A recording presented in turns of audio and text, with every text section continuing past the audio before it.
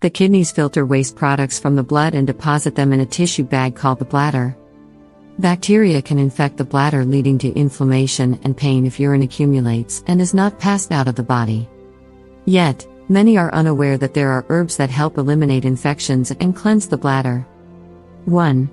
Drinking green tea regularly can help you avoid future bladder infections due to its high concentration of antioxidants and other bacteria-fighting compounds, according to a study. Cleansing the bladder is an essential function of the urinary system, and green tea is one herb that can help.